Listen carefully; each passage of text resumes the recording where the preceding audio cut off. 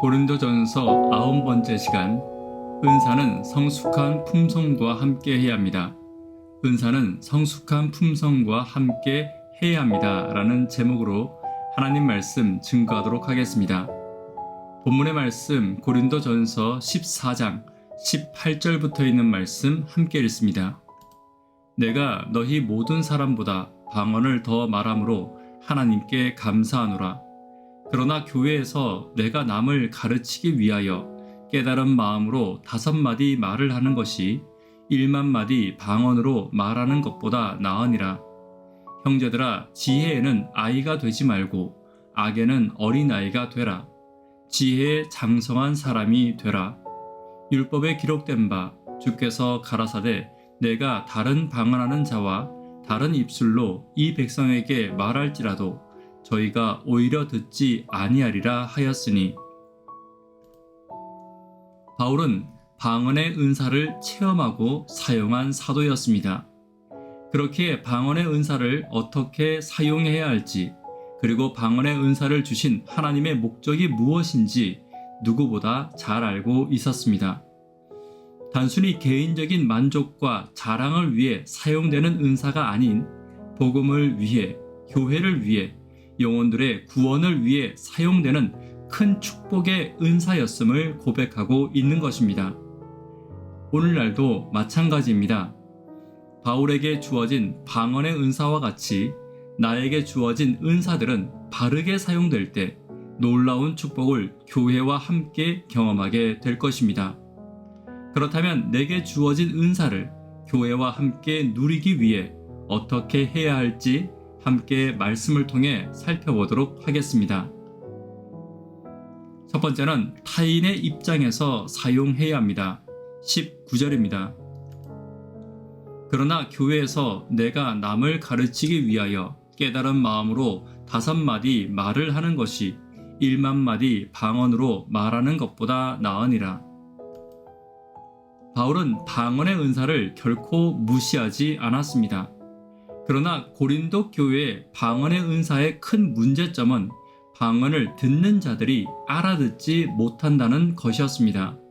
심지어 말하는 자도 자신이 무슨 말을 하는지 모른다면 방언을 하기보다는 듣는 자와 말하는 자가 분명히 깨달을 수 있는 말 한마디를 하는 것이 더 가치 있음을 말하고 있는 것입니다. 은사는 나를 위해 사용되는 것이 아니라 은사를 함께 나누는 자들을 위해 사용될 때 비로소 빛을 발함을 기억해야 합니다. 특별히 내가 가진 은사가 말하는 것이나 가르치는 것이나 혹은 음악을 연주하는 은사일 때는 이것이 더 중요할 것입니다.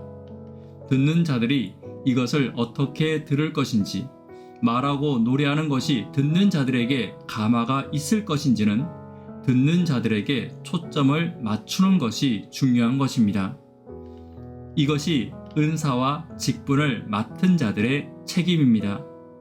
오늘 우리의 은사가 함께 은사를 나누는 자들에게 잘 전달되고 나누어질 수 있기를 위해 성령께 지혜를 구하는 저와 여러분 되기를 간절히 바랍니다. 두 번째로, 은사는 성숙한 품성과 함께 있어야 합니다. 20절입니다. 형제들아, 지혜에는 아이가 되지 말고 악에는 어린아이가 되라. 지혜에 장성한 사람이 되라. 고린도 교회에서의 방언은 듣는 자와 말하는 자 모두가 그 뜻을 몰랐습니다. 이것은 하나님이 주신 은사를 호기심과 자랑거리로 만드는 일이었습니다. 그러므로 바울이 여기서 어린아이가 되지 말라는 것은 하나님이 주신 은사를 자기 자랑의 수단으로 유치하게 사용하지 말라는 것입니다. 그리고 바울은 어린아이에게 본받을 것만 본받으라고 말합니다. 악에 있어서 그것을 경험해 본 적이 없는 어린아이의 모습만을 본받으라고 말하는 것입니다. 반대로 은사를 사용하고 말함에 있어서는 성숙한 지혜와 성숙한 품성이 함께 있어야 함을 강조하고 있습니다. 은사는 성숙한 품성과 함께 해야 합니다. 자칫 내가 가진 은사가 나의 자랑이나 나를 내세우는 수단이 되는 것은 유치한 것입니다. 큰 은사를 가진 사람이 더 큰 품성과 함께 있을 때 하나님이 주신 은사는 빛나고 열매 맺음을 기억하는 저와 여러분 되기를 간절히 바랍니다. 세 번째, 은사는 교회의 축복이 되어야 합니다. 21절입니다. 율법에 기록된 바 주께서 가라사대 내가 다른 방언하는 자와 다른 입술로 이 백성에게 말할지라도 저희가 오히려 듣지 아니하리라 하였으니 21절은 이사야 28장 11절과 12절을 인용한 구절입니다. 이사야 시대의 유대인들은 선지자의 말씀을 듣지 않았습니다. 그러므로 하나님께서는 그들을 아수르인들에게 지배받도록 내어주셨습니다. 즉 다른 방언을 말하는 다른 입술을 통해 이스라엘을 심판하신 것입니다. 그러므로 여기서 말하는 다른 방언을 하는 자들은 아수르인들을 가리키고 있는 것입니다.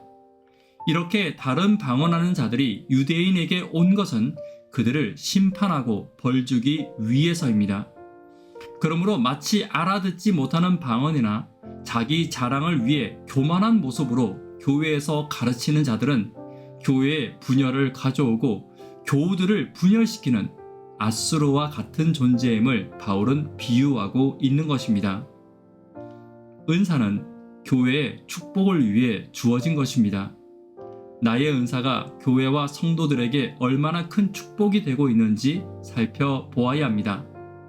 하나님은 다른 곳이 아닌 교회를 위해 나의 은사를 주셨음을 기억하고 하나님의 교회를 위해 지혜롭게 은사가 사용될 때 비로소 은사의 가치는 가장 빛나게 됨을 기억하는 저와 여러분 되기를 간절히 바랍니다.